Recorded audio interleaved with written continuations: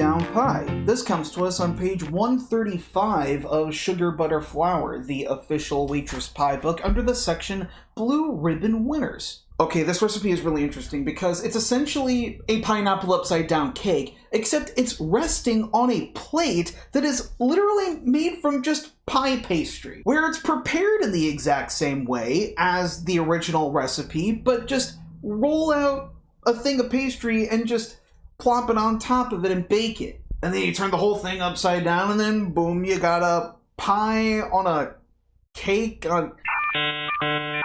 I am very confused. Let's just make it. Place 2 tablespoons of butter inside of a pie pan. Make sure all of the paper is removed first. And then place it in a preheating 400°F oven until the butter is just melted. Open up a can of sliced pineapple. Reserve 4 slices. Leave one of the slices whole, and then slice the rest into half rings. Once the butter is melted, evenly sprinkle across the bottom of the pie pan a 1/4 cup of brown sugar. Place the whole pineapple ring in the center of the pan, and then surround it in the half rings. Place a maraschino cherry in the hole of the center ring, and place another cherry in each of the divots of the half rings. And now we have to make cake batter. We need 3/4 of a cup of flour, a teaspoon of baking powder, and a salt of pinch. Sift it down. In a separate larger bowl, we need to cream together 3 tablespoons of shortening and 1/3 of a cup of sugar. Diabetes go 1 egg.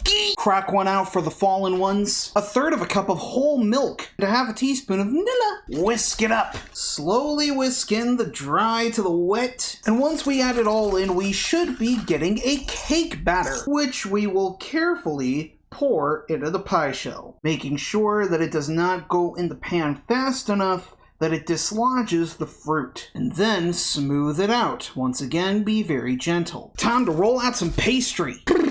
Drape the pastry over the cake batter and very gently and carefully press it in. And to tuck in the edges of the pie to fully enclose it. Bake at 400 for 10 minutes, and then at 350 for 20 to 25 minutes. Be sure to check it with a toothpick. Once it's out of the oven, immediately place a large plate on top of the pie, and very carefully invert. And there it is. Leave this alone for 10 minutes so that everything has time to settle. Now for the reveal. Wow. Look at that. All we gotta do now is let this cool completely. And there you have it. Pineapple upside down pie.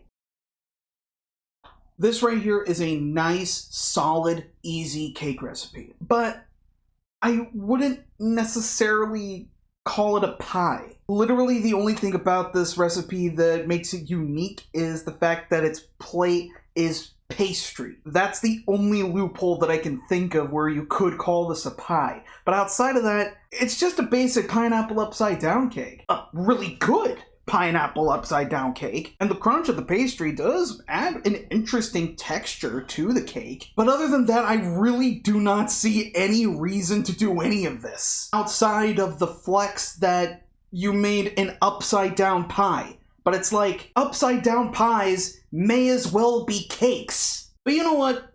What the hell do I know? Grab yourself your own copy of Sugar Butter Flour, the official Waitress pie book, so that you too can make your own version of pineapple upside down pie. Thank you so much for watching this episode of Waitress Wednesday, and I will see you in the next one.